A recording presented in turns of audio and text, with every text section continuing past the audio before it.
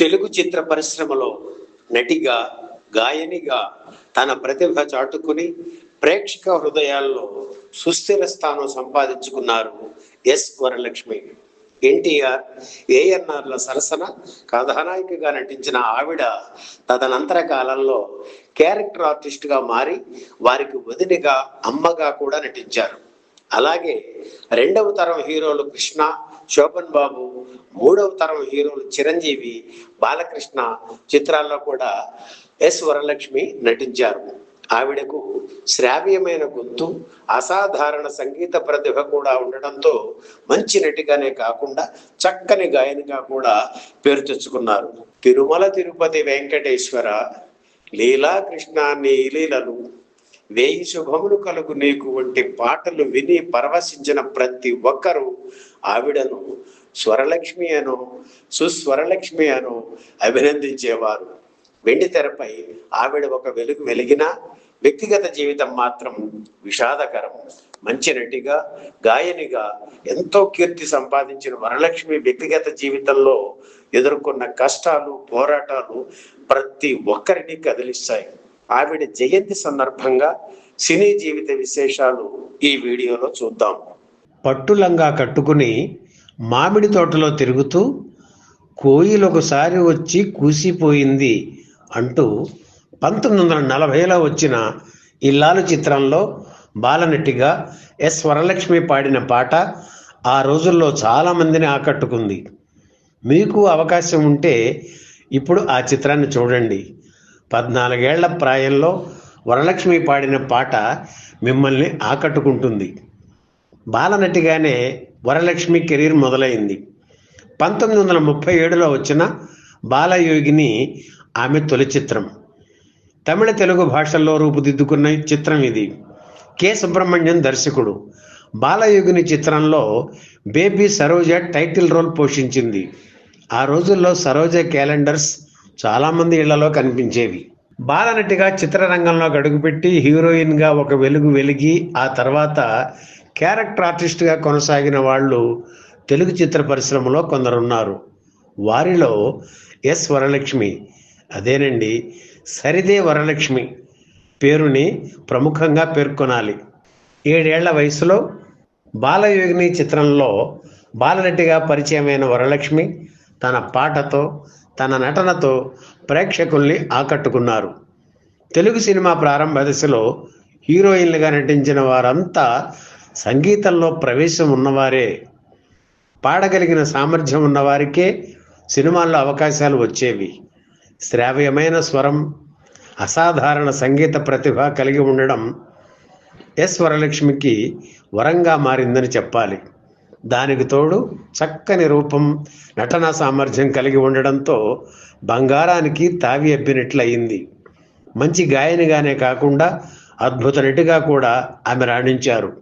ఆమె పాటలు విన్న ప్రతి ఒక్కరూ ఏ స్వరలక్ష్మి అనో, సుస్వరలక్ష్మి అనో అభినందించేవారు.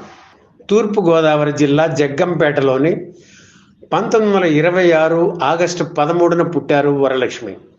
ఆమె తండ్రి సరిదే నీలాచలం నాయుడికి ఆడపిల్లలంటే ఇష్టం లేదు. కానీ ఆయన అభిమతానికి విరుద్ధంగా 5 ఆడపిల్లలు పుట్టారు. చేసేదేమీ లేక తన కోపాన్ని ఆ పసిపిల్లల మీద చూపించేవారు. ముఖ్యంగా వరలక్ష్మి అంటే ఆయనకు విపరీతమైన కోపం. ఆమె ఎదురు పడితే భోజనం కూడా చేసేవారు కాదట.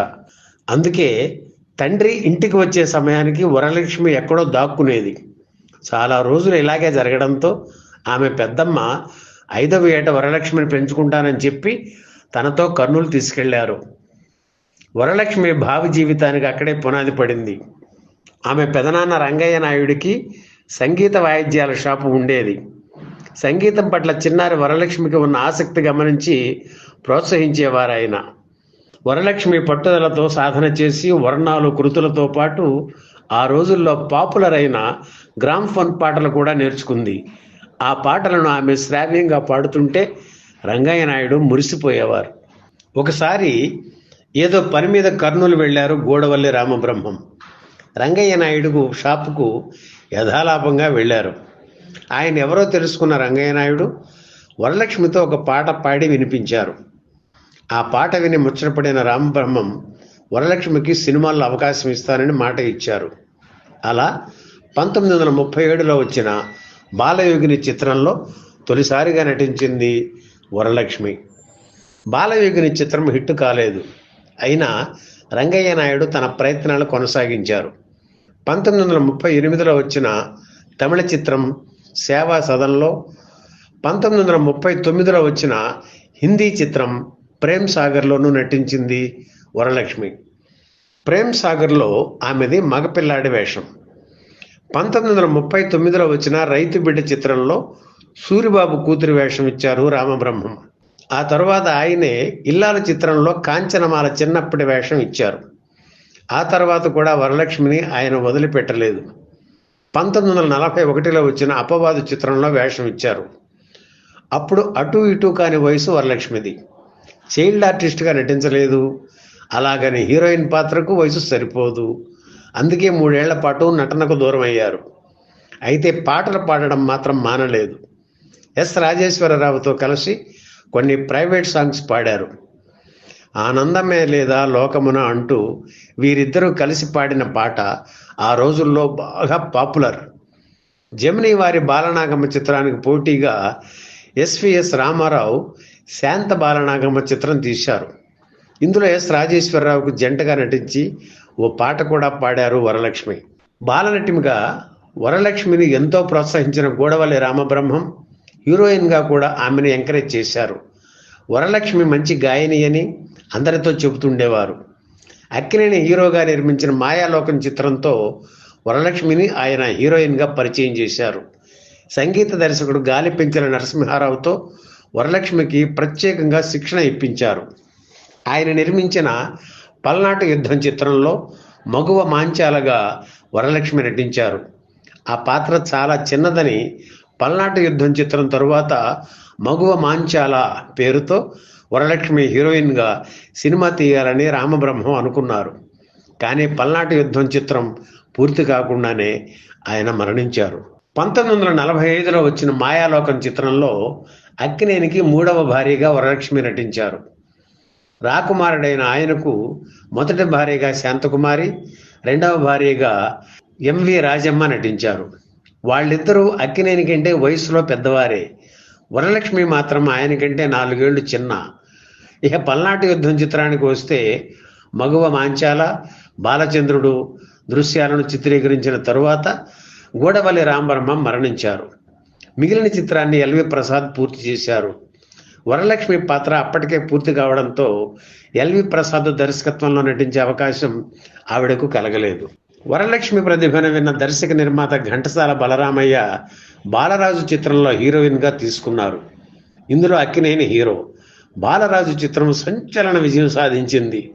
మధ్యలో కొన్ని తమిళ చిత్రాల్లో వరలక్ష్మి నటించిన బాలరాజు చిత్రంతో హీరోయిన్గా ఆమె సుస్థిర స్థానాన్ని పొందారు. మాయాలోకం, పల్నాటి యుద్ధం, బాలరాజు చిత్రాలు వరుసగా విజయం సాధించడంతో అక్కినేని వరలక్ష్మి హిట్ పేరుగా పేరు పొందారు. బాలరాజు చిత్రంతో వరలక్ష్మికి స్టార్డమ్ వచ్చింది. ఆమె పాటల కోసం పల్లెల నుంచి బాలరాజు స్పెషల్ అంటూ జనం ఎడ్లబళ్ళు కట్టుకుని వచ్చేవారు. జమున, కృష్ణకుమారి వంటి వారు సినీ రంగం వైపు మొగ్గు చూపడానికి బాలరాజు చిత్రం, అందులో హీరోయిన్ వరలక్ష్మి ఒక కారణమని చెప్పవచ్చు. అక్కినేని వరలక్ష్మిల పెళ్లి చేసుకుంటారని వదంతులు ఆ రోజుల్లో వ్యాపించాయి. అన్నపూర్ణతో అక్కినేని వివాహం జరగడంతో ఇదంతా వట్టిదే అని తేలిపోయింది. మరో విశేషం ఏమిటంటే ఈ పెళ్లిలో వరలక్ష్మి పాటలు పాడడం. సౌదామిని, వాలి సుగ్రీవ, టింగురంగ, కోడరికం, సతీ సక్కుబాయ్, శ్రీకృష్ణార్జున యుద్ధం, మహామంత్రి తిమ్మన సూతి తదితర చిత్రాల్లో వరలక్ష్మి హీరోయిన్గా నటించారు. హీరోయిన్గా ఆమె చివరి చిత్రం సత్యహరిశ్చంద్ర. వరలక్ష్మి నిర్మాతగా మారి వరలక్ష్మి పిక్చర్స్ బ్యానర్పై అక్కినేని హీరోగా సతీ సావిత్రి చిత్రాన్ని నిర్మించారు. 1957లో వచ్చిన ఈ చిత్రానికి 7 సంగీత దర్శకులు పనిచేయడం విశేషం. అలాగే 1959లో వీరభాస్కరుడు చిత్రాన్ని తెలుగు, కన్నడ భాషల్లో నిర్మించారు. ఉదయ భాస్కర్ హీరోగా నటించిన ఈ చిత్రానికి కడారు నాగభూషణం దర్శకత్వం వహించారు. 1964లో వచ్చిన బబ్రువాహన చిత్ర నిర్మాణంలోనూ వరలక్ష్మికి భాగం ఉంది. నటి కన్నాంబ నిర్మించిన సతీ సక్కుబాయి, శ్రీకృష్ణ తులాభారం, నాగపంచమి చిత్రాల్లో వరలక్ష్మి నటించారు. 1955లో వచ్చిన శ్రీకృష్ణ తులాభారం చిత్రంలో శ్రీకృష్ణుడిగా ఈలపాట రఘురామయ్య, వరలక్ష్మి సత్యభామగా నటించారు. రంగస్థలం మీద సత్యభామ పాత్ర పోషిస్తూ స్థానం నరసింహారావు పాడిన పాట మేరజాలగలడా నా యానతి పాటను ఈ చిత్రంలో వరలక్ష్మి పాడితే థియేటర్లో చప్పట్లు మారుమోగేవి. బాలనటిగా కెరీర్ ప్రారంభించిన వరలక్ష్మి ఆ తర్వాత హీరోయిన్గా చాలా చిత్రాల్లో నటించి చివరికి క్యారెక్టర్ ఆర్టిస్ట్గా స్థిరపడ్డారు.